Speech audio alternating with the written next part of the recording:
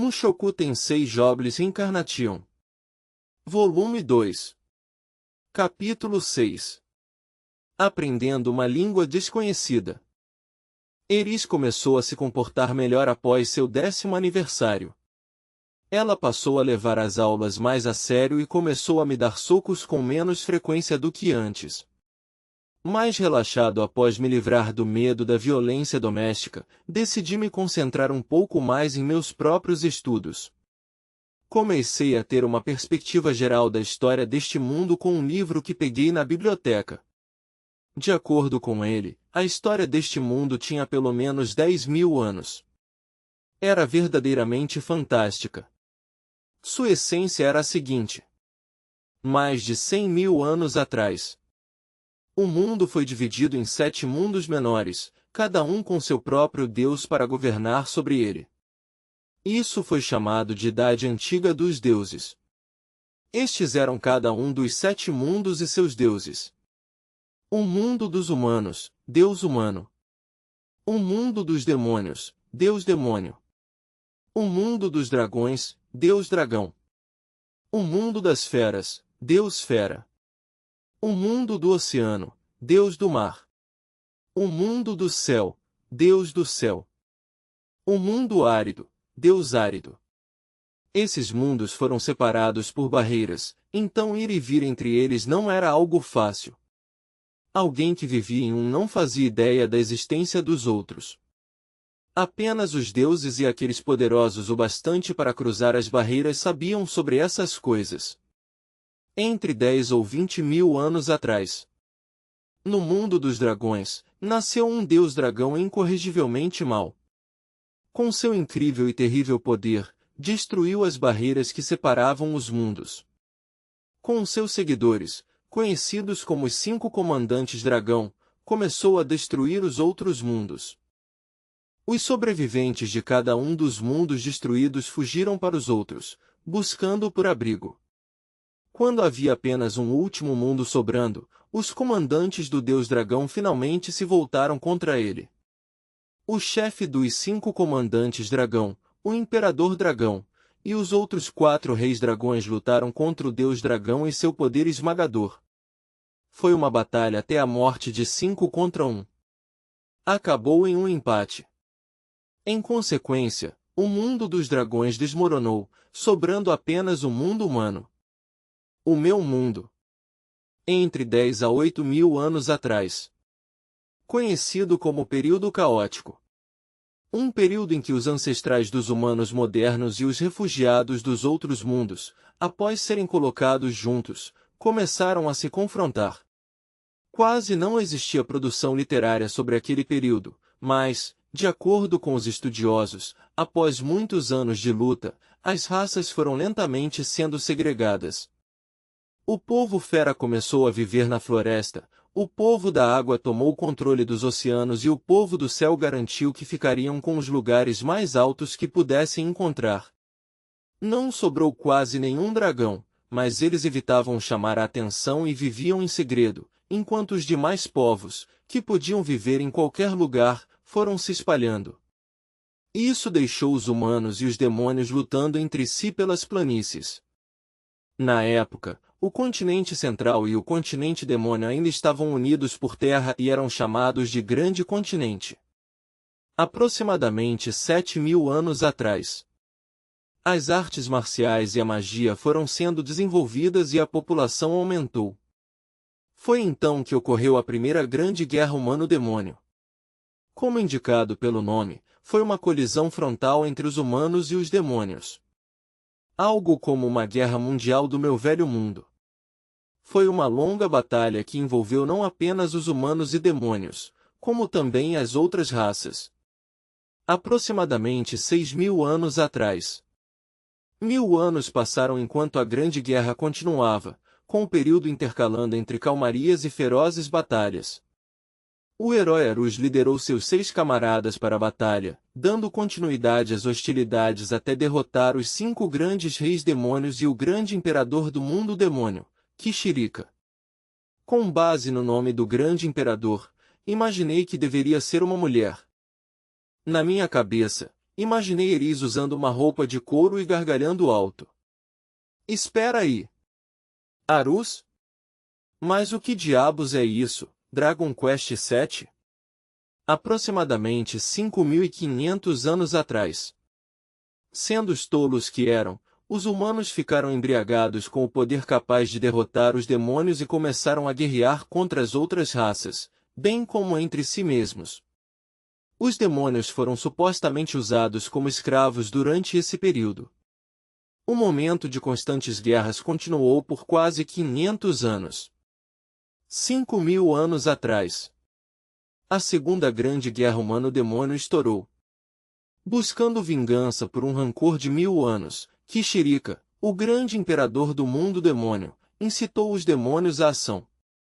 Achei que Kishirika fosse algum tipo de nome que todos os imperadores recebiam ao assumir o trono, mas, pelo visto, o imperador era imortal. Mesmo se morresse, ressuscitaria centenas de anos depois. Talvez a razão pela qual fosse chamado de grande imperador do mundo demônio fosse por estar em uma classificação superior à dos outros imperadores dragões. De qualquer forma, os demônios se aliaram ao povo fera e ao povo do mar, oprimindo os humanos. Assim a raça humana foi reprimida. 4.200 anos atrás. A Segunda Grande Guerra Humano-Demônio chegou ao fim.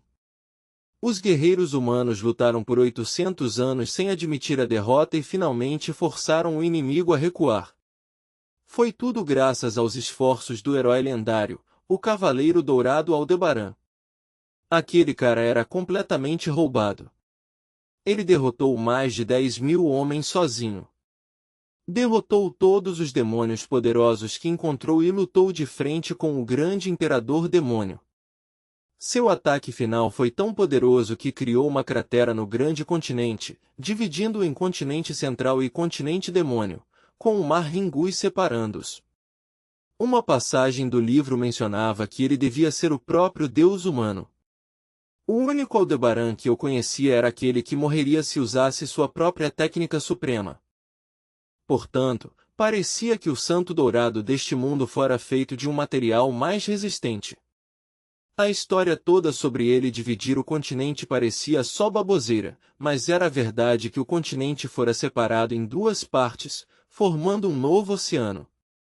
Uma paz que fora buscada por muito tempo finalmente se estabeleceu sobre a Terra após a separação dos continentes. Entre 4.200 a 1.000 anos atrás. O tempo passou rapidamente após isso. O mundo ficou em paz, mas os demônios estavam sendo expulsos do continente central. Os humanos formavam um grupo inteligente, então usaram diplomacia para encurralar todos os demônios no continente demônio. A terra do continente central era naturalmente fértil e boa para semear, enquanto a do continente demônio era estéril e propensa ao acúmulo de magia em certas áreas. Expulsando o último daqueles demônios nojentos para o continente demônio e prendendo-os, os humanos estavam metaforicamente enrolando uma corda de seda ao redor de seus pescoços e estrangulando-os. Tudo isso foi feito com a cooperação das outras raças, na esperança de que nunca mais viesse a ocorrer outra grande guerra humano-demônio. Os demônios provavelmente tentaram de alguma forma resistir a isso. Afinal, estavam recebendo um golpe duro. Mas, qualquer que fosse a ação que tomassem, nenhuma guerra estourou. Como resultado, logo ficaram insensíveis a como foram presos em seu continente. Nesse ambiente hostil e com os poucos recursos sendo disputados, uma guerra civil naturalmente estourou. Isso os transformou em guerreiros ferozes, mas seu número diminuiu. 1000 anos atrás, o deus demônio Laplace apareceu.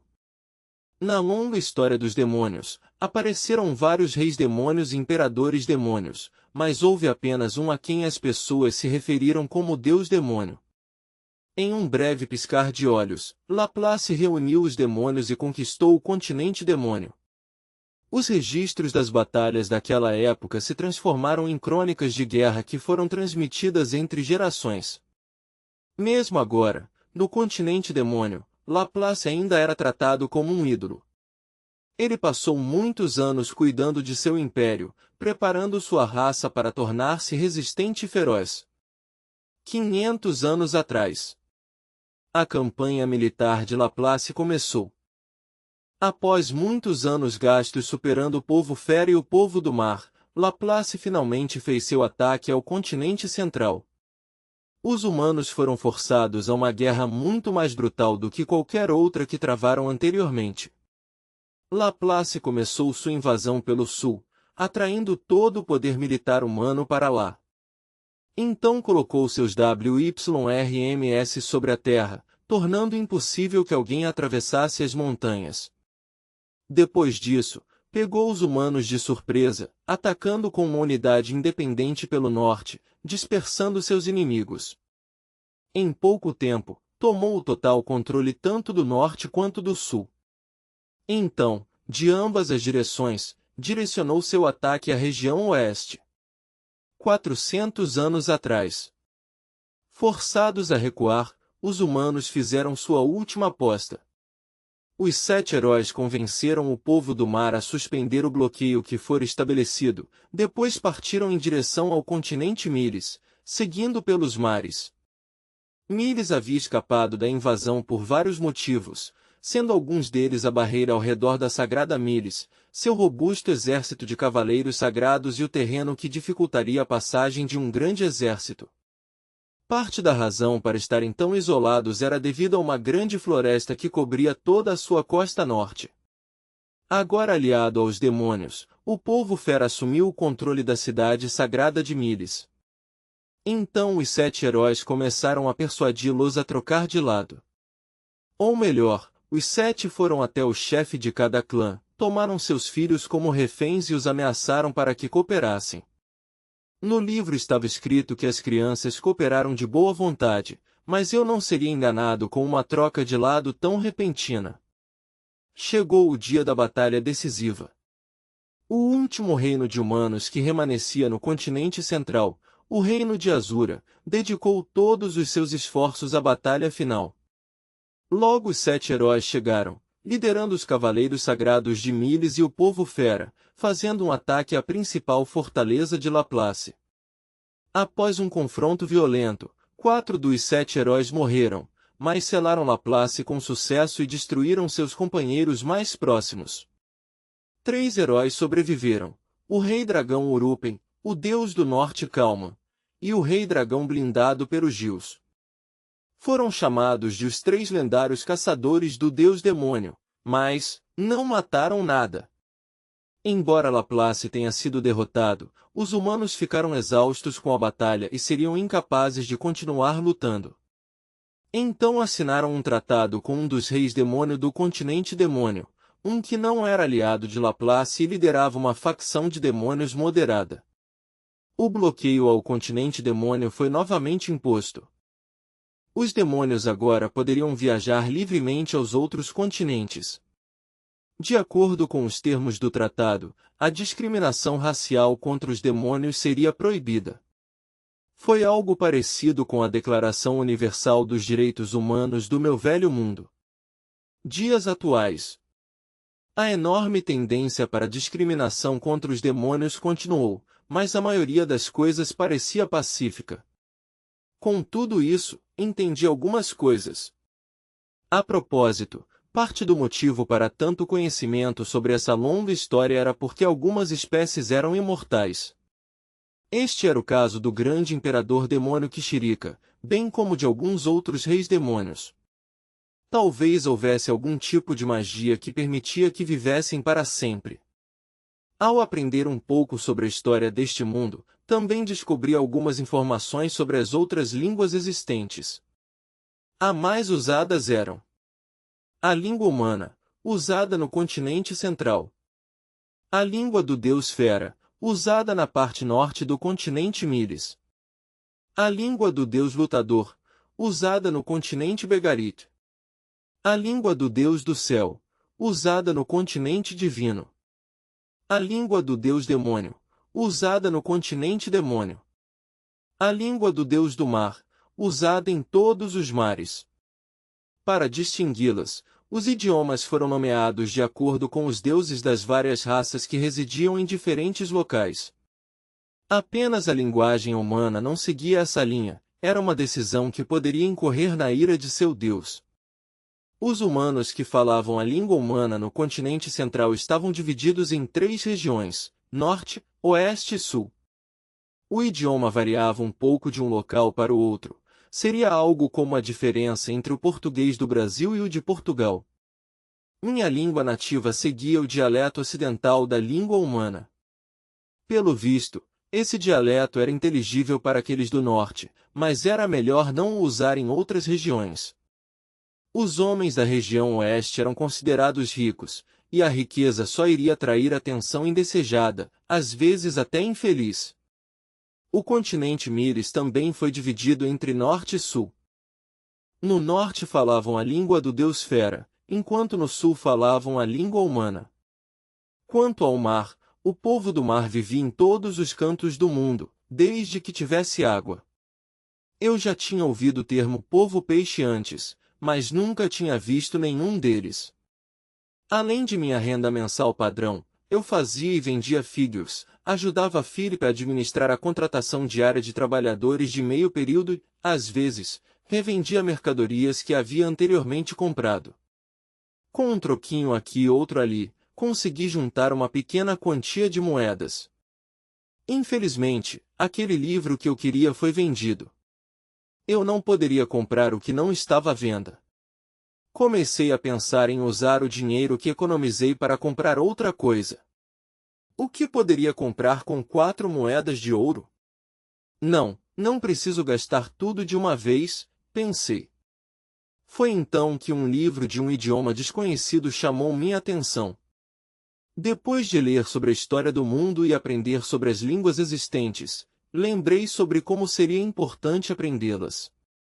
Foi assim que comecei a aprender uma língua desconhecida. Decidi começar com a língua nativa de Ghislaine, a língua do deus Fera. Eu também queria aprender a língua do deus demônio. Decidi enviar uma carta para Roxy, mantendo a esperança de que ela talvez pudesse me ensinar, mesmo que fosse pouco. Completei 9 anos. Isso significava que passaram 2 anos desde que virei o tutor particular de Eris. Passei um ano inteiro aprendendo a língua do deus Fera. Tive a ajuda de Ghislaine, e aprender a língua até que não foi tão difícil. Não havia um monte de letras para memorizar e, contanto que entendesse todo o padrão gramatical, seria fácil falar. Na minha outra vida fui péssimo com línguas estrangeiras, mas este corpo parecia ser bom em lembrar das coisas. Agora, aprenderia a língua do deus demônio. Comprei um livro barato que serviria para aprender o idioma. Durante a venda, o dono da livraria já deu um aviso. Não faço ideia do que está escrito aí, só para você saber. Custava 7 moedas de ouro, mas pechinchei até ele fazer por 6. Passaram-se 3 meses. Meu estudo da língua do deus demônio não estava progredindo muito. A tradução por si só já tornava tudo difícil. Na verdade, sendo honesto, eu não fazia ideia do que estava escrito no livro. Se soubesse ao menos o seu título, talvez pudesse ter adivinhado seu conteúdo a partir do contexto sugerido e trilhado algum caminho de aprendizado. Mas eu não sabia nada, absolutamente nada, então desisti. A razão pela qual a língua do deus Fera foi tão fácil para se aprender foi em parte graças a Ghislaine, e em parte porque o livro que comprei contava a história de um dos heróis do povo Fera que participava da lenda de Perugios. Era como uma história paralela, mas enquanto eu tivesse a lenda de Perugios ao meu lado, poderia ir descobrindo todo o vocabulário facilmente. Para o livro na língua do deus demônio, não tinha a menor ideia de por onde começar. De qualquer forma, como os arqueólogos eram capazes de decifrar línguas? Começam descobrindo algum vocabulário, pensei. Primeiro, começariam procurando por palavras de vocabulários semelhantes, depois começariam a criar hipóteses para o significado de cada palavra. Provavelmente faziam algo assim. De qualquer forma, Agora eu não fazia ideia de quais partes usar para começar a criar meu vocabulário. Não tinha nenhum palpite. Assim que estava perdido sobre o que fazer depois, a resposta de Roxy finalmente chegou. Eu não tinha recebido nada em mais de um ano. Estava começando a me perguntar se havia acontecido algo com a minha carta, ou se ela não estava mais no Palácio Real de Chirone. Mas, finalmente, chegou uma resposta. Fiquei feliz com o simples fato de estar recebendo uma carta de Roxy. Esperava que ela estivesse bem. Me contive enquanto pegava a carta com uma das empregadas. Uma carta? Parecia mais um pacote. Era uma caixa de madeira bastante pesada. Não muito grande, mas tinha pelo menos o tamanho de uma daquelas listas telefônicas antigas. Dentro da caixa estava uma carta e um livro grosso. O livro não tinha título, mas a capa era feita com a pele de algum animal. Era como uma lista telefônica enrolada em uma jaqueta. Decidi começar lendo a carta. A cheirei antes de abri-la, foi quase como se estivesse inalando o perfume de Roxy. Para Lord Rudeus, recebi sua carta. Tenho certeza de que você cresceu muito em pouco tempo. Fiquei de queixo caído ao descobrir que virou o tutor particular da neta do Lorde Suzerano de Fitoa. Se quer saber, até eu falhei na entrevista para esse trabalho.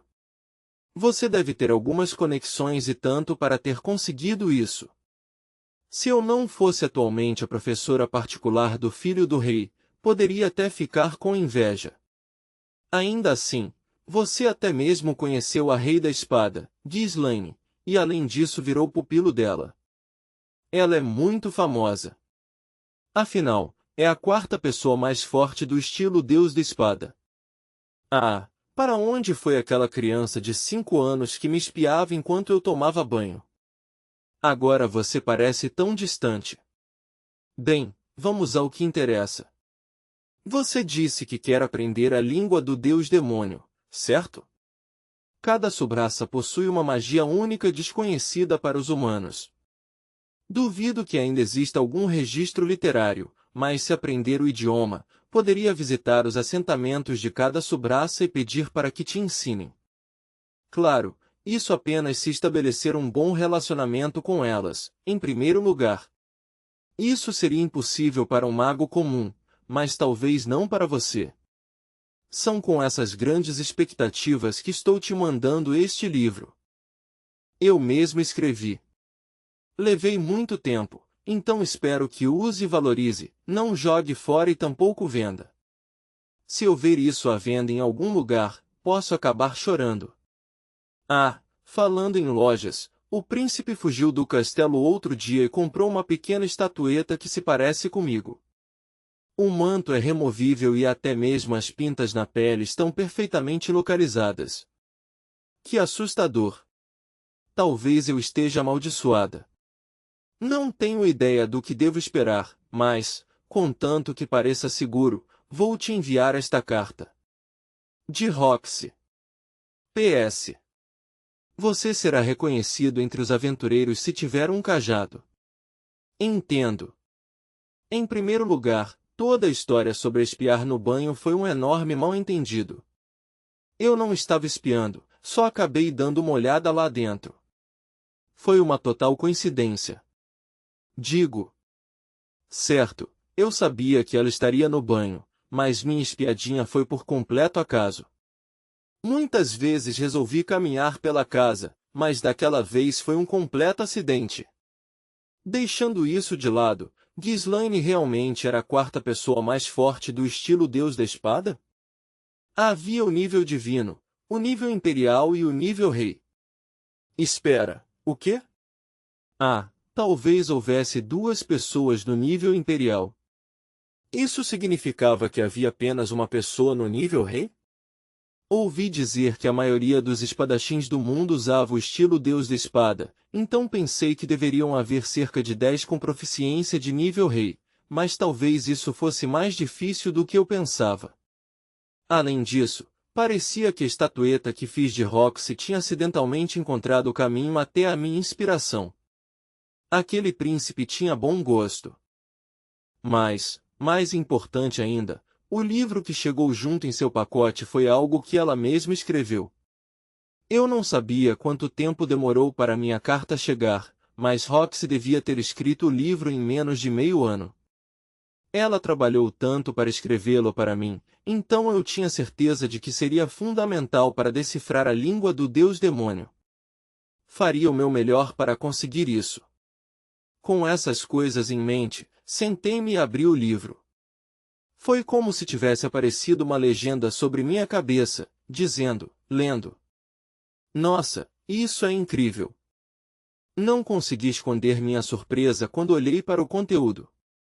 Era um livro didático, mas também serviria como dicionário. Havia traduções para cada palavra na língua do Deus Demônio. Roxy provavelmente pegou um dicionário do Palácio Real e copiou todas as palavras. Ela falou sobre vocabulário, frases com sentido específico e até mesmo descreveu por extenso como pronunciar cada coisa. Essa foi apenas a primeira das surpresas. Na segunda metade do livro, também escreveu o que sabia sobre as várias raças de demônios. As descrições de cada uma estavam acompanhadas por comentários pessoais. Não faça isso com esta raça, não faça aquilo com aquela outra raça. Havia até mesmo ilustrações, mal desenhadas, feitas com os traços peculiares de cada uma das raças. Havia uma parte especialmente extensa, com 5 páginas, onde ela escreveu até mesmo os mínimos detalhes sobre a raça Migur. Fiquei feliz em pensar que fez isso porque realmente queria que eu soubesse um pouco mais sobre ela e seu povo. O povo da raça Migur tende a gostar de coisas doces, escreveu ela. Eu me perguntei se isso era verdade. Se fosse, queria preparar algo doce para a próxima vez que nos encontrássemos. Dito isso, o fato de ter escrito tanta coisa em menos de um ano fez eu sentir que não era nada comparado a ela. Se nos encontrássemos novamente, teria que beijar seus pés. Deixando tudo isso de lado, o livro era melhor do que eu poderia ter pedido. Em minha outra vida não tive notas particularmente boas, mas era incrivelmente bom quando se tratando de aprender novas coisas nesta nova vida. Tinha certeza de que em 6 meses teria dominado perfeitamente todo o conteúdo do livro. Queria ser capaz de, no mínimo, dominar o bastante para uma conversa básica. Era hora de colocar a mão na massa. Ponto de vista da Ghislaine. O Deus havia se trancado em seu quarto. Estava mais uma vez tramando algo. Ele tinha o hábito de às vezes surpreender Ghislaine. Quando ela o conheceu, pensou que não passava de uma criança que não merecia confiança. Achava que Paul estava sendo confiante demais e orgulhoso demais ao forçar o filho para ela. Ghislaine devia a Paul. Ela não tinha nenhum sentimento por ele, a não ser senso de obrigação. Caso Rudeus não fosse nomeado tutor de Eris, a mulher ainda planejava mantê-lo por perto. No final, o garoto conquistou a confiança de Eris em tempo recorde e garantiu um lugar na casa, ficando como tutor. O sequestro foi algo proposto por ele. Ghislaine ouviu que o mordomo se aproveitou da situação por pura ganância, mas quando ela entrou em cena para ajudar Rudeus e Eris, o menino já estava lidando com as 2 pessoas contratadas pelo mordomo, e estava lutando em pé de igualdade. Ele conseguiu manipular 2 escolas de magia diferentes juntando-as em um estilo de luta único, embora imperfeito, e oprimiu seu oponente, um espadachim do estilo Deus do Norte de nível avançado. No final o garoto baixou a guarda, talvez por ainda ser uma criança, mas seus instintos de combate eram geniais para alguém de sua idade. Mesmo para Ghislaine, iniciar uma batalha com um oponente que fosse muito superior provavelmente resultaria em derrota. Além de seu instinto para lutas, ele era excepcionalmente bom ao planejar aulas fáceis e eficazes para Eris. Ghislaine nunca pensou que seria capaz de aprender a ler, escrever, fazer aritmética ou ganhar uma varinha. Ela, o maior incômodo da aldeia, que fora confiada a um espadachim errante aleatório antes mesmo de completar 10 anos. Ela, que foi rejeitada por grupos de aventureiros, apesar de ser uma espadachim de nível santo. Quando finalmente conseguiu encontrar um grupo, foi continuamente infernizada por um homem frívolo que continuava dizendo que ela tinha apenas músculos no lugar do cérebro, então não havia por que perder tempo pensando em nada. O que essas pessoas diriam se a vissem agora? Só de pensar nisso, era capaz de quase sorrir. Ghislaine nunca pensou que chegaria o dia em que pensar nas pessoas de sua aldeia faria com que se sentisse triunfante. E, tudo isso, por incrível que pareça, foi fruto do trabalho de uma criança com idade para ser seu filho. Depois que seu grupo debandou, ela foi enganada quase todos os dias. Deixaram-na sem um tostão, mas a rígida disciplina de seu mestre incluía não tocar nos pertences de outras pessoas, então não poderia recorrer a roubo. Estava à beira da inanição. Foi então que Sauros e Eris a acolheram. Ghislaine prestou a Rudeus o mesmo respeito que prestou àqueles dois. Se fosse tão longe ao ponto de chamá-lo de mestre, seu mestre da espada provavelmente ficaria furioso. Não se atreva a me colocar no mesmo patamar que aquele pirralho. Provavelmente seria melhor chamá-lo apenas de professor. E Rudeus merecia respeito por suas habilidades como professor. Ele era realmente paciente enquanto ensinava magia e aritmética. Ghislaine deu o seu melhor, mas não conseguia aprender coisas novas com facilidade. Cometia os mesmos erros várias vezes. Apesar disso, o garoto nunca demonstrou qualquer aborrecimento enquanto explicava cuidadosamente as mesmas coisas. Até mesmo mudava as explicações para ajudá-la a entender melhor. Graças a seus esforços, em 2 curtos anos, havia dominado o básico da magia de fogo e de água. E agora, de acordo com os planos de Rudeus, não iria passar para os feitiços de nível intermediário, mas sim para o lançamento de feitiços silenciosos. Era lógico, se ela pudesse dominar isso, poderia usar magia mesmo quando estivesse com as 2 mãos ocupadas. A mulher entendeu essa lógica e estava trabalhando duro para alcançar seus objetivos. Claro, trabalhar duro em algo não significa que vai necessariamente conseguir. O mestre da espada de Ghislaine, que era um espadachim de nível divino, estava sempre falando para ela sobre lógica. Ele dizia coisas como, em outras palavras, a lógica é a base de tudo. Por isso seu estilo de esgrima, polido ao longo de muitos anos, se baseava na racionalidade. A jovem Ghislaine detestava a simplicidade daquilo que era básico, então seu mestre fez um enorme esforço para ensiná-la. Ela foi forçada a praticar a mesma coisa várias vezes. O estilo de ensino de Rudeus era muito semelhante. Quando ele não estava por perto, Eris costumava reclamar, falando, quer usar magias mais poderosas, mas Ghislaine estava de acordo com o ritmo das coisas.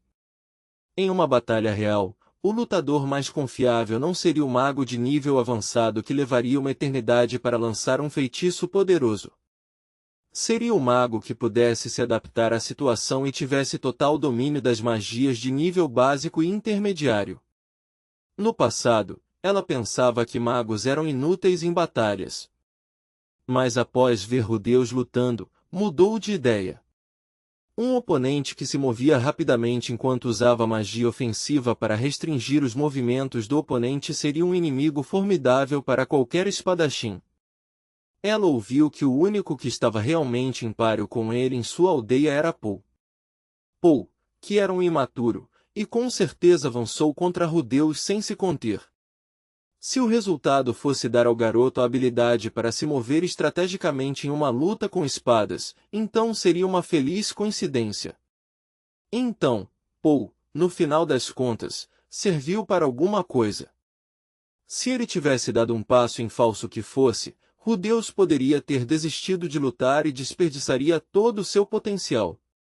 O garoto devia ter herdado essa teimosia de não desistir do pai. Ghislaine acabou por querer ensiná-lo uma técnica para derrotar Paul. Infelizmente, Rudeus não tinha talento para o estilo Deus da Espada. Ele pensava muito. O garoto pegou todas as técnicas básicas do estilo, tentou executá-las seguindo alguma lógica, e então os resultados foram completamente lógicos. Isso não era uma coisa ruim, dada a sua personalidade. Ele provavelmente não estava usando magia enquanto praticava esgrima. Isso não era, entretanto, apropriado ao estilo Deus da Espada, onde um único avanço decidiria tudo e a batalha terminaria em uma fração de segundos, assim como um cruzar de espadas. O garoto era mais adequado para o estilo Deus do Norte e para o estilo Deus da Água, mas parecia que Paul também não havia ensinado nada disso. Infelizmente, Ghislaine sabia apenas o estilo Deus da Espada. Ela não poderia ensinar os outros, mas conhecia alguém que poderia. Se em 3 anos o menino ainda tivesse vontade de aprender esgrima, ela mesma o apresentaria a um usuário do estilo Deus do Norte. No momento, só poderia continuar ensinando os fundamentos do estilo Deus da Espada. Se ele os dominasse, veria uma melhora exponencial assim que começasse a aprender o estilo Deus do Norte. Isso se ainda quisesse aprender mais, claro. Ele atualmente parecia estar travado no que diz respeito à magia, já que não tinha nenhum mestre para ensiná-lo, mas certamente um dia seria um mago realizado. O Deus poderia até não chegar ao nível divino, um feito que parecia quase fora da realidade, mas poderia chegar ao nível imperial. Ghislaine se perguntou como guiá-lo. Roxy, sua instrutora de magia, certamente tinha lutado contra a mesma pergunta. Ela achou um pouco patético o modo como a garota fugiu do problema, mas não podia culpar a maga por fazer isso. Na verdade, deveria agradecer. Afinal, foi graças às instruções de Roxy que Ghislaine pôde começar a aprender magia. Aprender com um professor incapaz iria apenas atrapalhar o aluno. Ela pôde sentir o gosto dessa realidade enquanto, em outro momento, ensinava a arte da espada a outra pessoa. Seus pensamentos acabaram perdendo o rumo. Ah, sim. Ela se perguntou o que Rudeus estava fazendo naquele quarto. Ao contrário da jovem senhora, que parecia extremamente ocupada com o tempo livre propiciado pelo dia de folga, o garoto sempre colocava as mãos em algo novo. Mais recentemente, até mesmo foi ao quarto da mulher após o jantar, com livros em mãos, e disse que queria aprender a língua do Deus Fera. Ela não tinha certeza do que ele planejava fazer com uma língua que só era usada em aldeias na floresta, mas ele passou 6 meses estudando com afinco. A língua do Deus Fera não tinha nenhum termo complicado, então o garoto provavelmente poderia até mesmo se envolver em conversas sem sofrer complicações. Agora posso ir para a grande aldeia da floresta quando quiser, falou ele depois, sem qualquer expressão de alegria. E o que Rudeus planejava fazer em um lugar tão isolado? Ele ficou nervoso ao ser questionado por Ghislaine. Hã? Nada em particular. Ah, pode ser que tenha algumas garotas bonitas por lá. Com orelhas de gato. Isso a convenceu. O garoto definitivamente era filho de Paul e herdou o sangue dos Greira. Sua certeza partia do fato de que todos na casa dos Greira pareciam olhá-la de um jeito estranho. Se estivessem apenas olhando porque ela era uma mulher, não incomodaria tanto. Seus olhares eram peculiares. Outros homens olhavam para os seus seios. Primeiro seu rosto, depois fingiam olhar para outros lugares enquanto encaravam seus peitos. Depois disso, iriam olhar mais para baixo, para sua barriga, então sua virilha, e depois as coxas. Quando estavam atrás dela, Ghislaine sabia que estariam olhando para sua bunda. Mas os homens da família Greira, entretanto, eram diferentes. A princípio, ela pensou que seriam iguais, olhando para seu rosto e traseiro. Sem problemas, contanto que não quisessem nada. Deixando Paul e seus gostos estranhos de lado. Mas ela percebeu que os olhos de todos eles focavam em lugares estranhos. Não em seu rosto, mas um pouco acima. Também não era exatamente para sua bunda que olhavam. Ela descobriu que só encaravam suas orelhas e cauda. Eris, Saurus e Félix seguiam todos o mesmo padrão. Antes de a mulher partir para buscar Rudeus em Buena Village, perguntou, pela primeira vez, por que ficavam olhando para suas orelhas. Quando ela o fez, Philip respondeu, não parecendo nada envergonhado pelo que falou. Porque a família Boreas gosta do povo fera. E olhou para suas orelhas ao falar isso. Rudeus, disseram, era um caso diferente. Embora não tivesse herdado o nome nobre de Notus, ainda fazia parte da família. Como filho de Paul, não tenho dúvidas de que ele compartilha o mesmo carinho por mulheres que seu pai, disse Philip. Ghislaine tinha poucas dúvidas quanto a isso naquela época.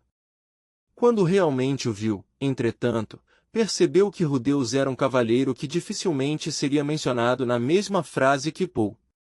Ao contrário de seu pai, trabalhava duro, levava os estudos muito a sério e mostrava um enorme autocontrole quando se tratava de sexo. Bem, talvez a última parte não fosse exatamente verdade.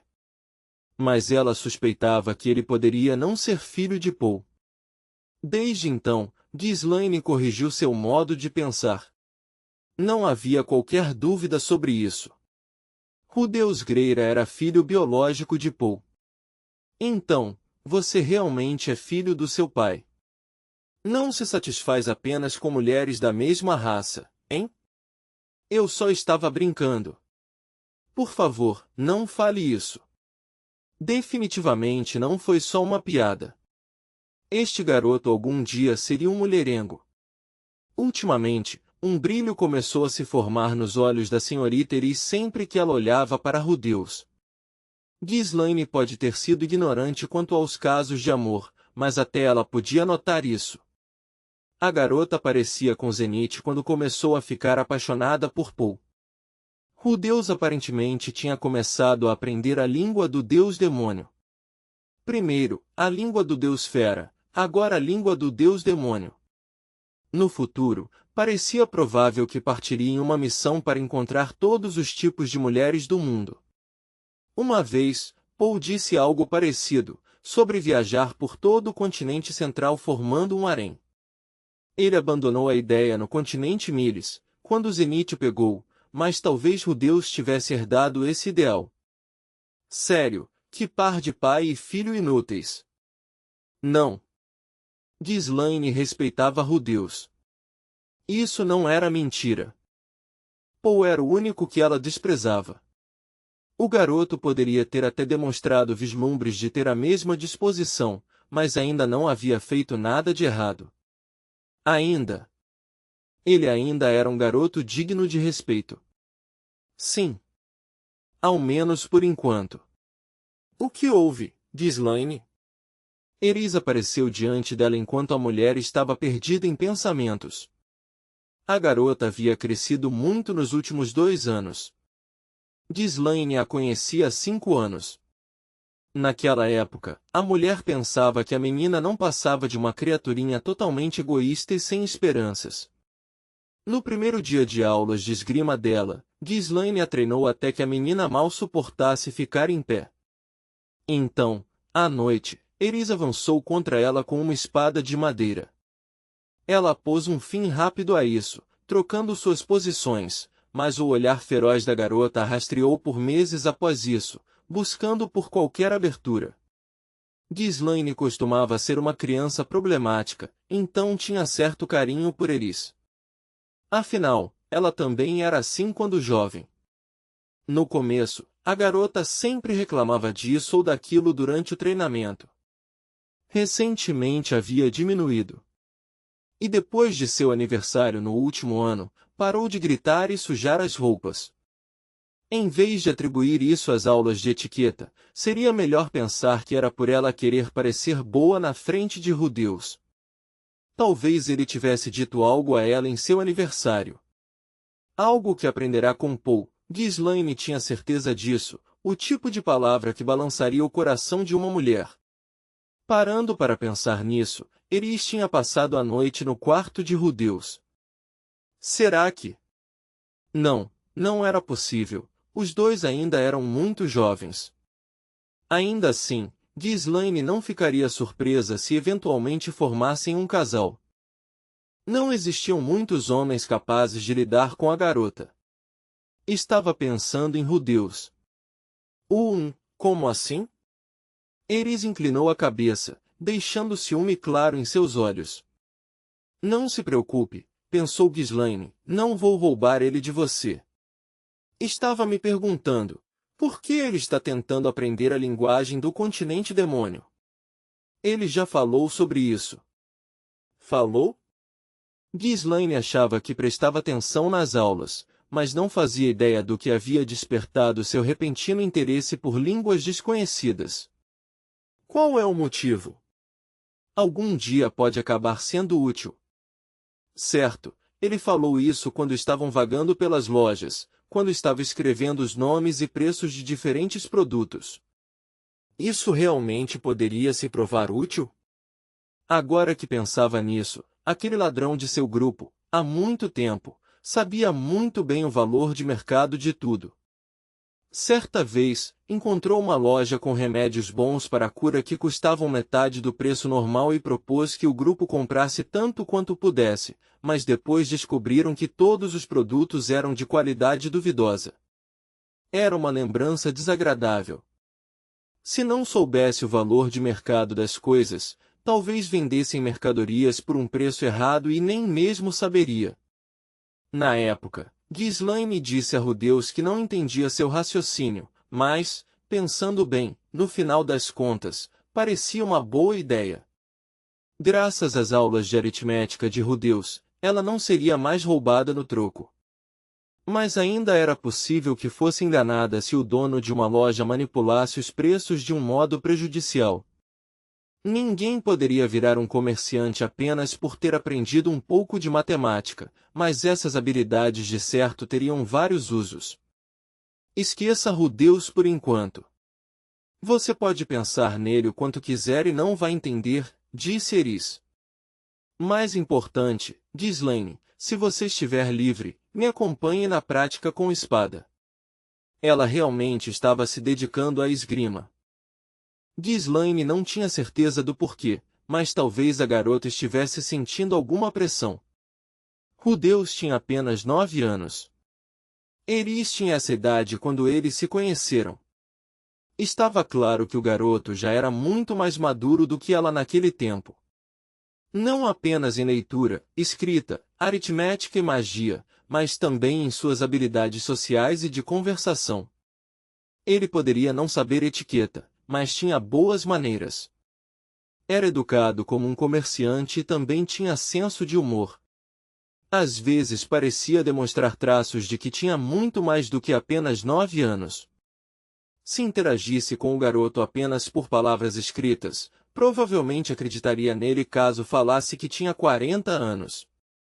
Aparentemente havia um golpe bem popular no Reino Dragão. Um bandido alfabetizado fingiria ser filho de alguma família nobre e escreveria uma carta para a filha de outra família nobre. Passaria algumas semanas conquistando a confiança alheia, então a levaria para além dos muros seguros de sua casa. Então a capturaria e venderia aos escravocratas. Talvez Eris quisesse ser melhor do que Rudeus em alguma coisa. Se fosse em esgrima, Ghislaine ficaria mais do que feliz em ajudar. Tudo bem, Eris. Para o pátio. Certo. Ela balançou a cabeça entusiasmada. Se Eris continuasse treinando para valer, poderia um dia superar a própria Ghislaine. No momento, seu nível de habilidade era apenas intermediário, mas após 3 anos trabalhando no básico, seu potencial estava começando a transparecer. Seus passos eram rápidos e afiados. Seu espírito de luta estava começando a impulsionar seus movimentos. Se aprendesse a usar isso conscientemente, com certeza alcançaria o nível avançado do estilo Deus da Espada. E se dominasse tudo, poderia até mesmo chegar ao nível santo. Esse futuro certamente não era algo muito distante.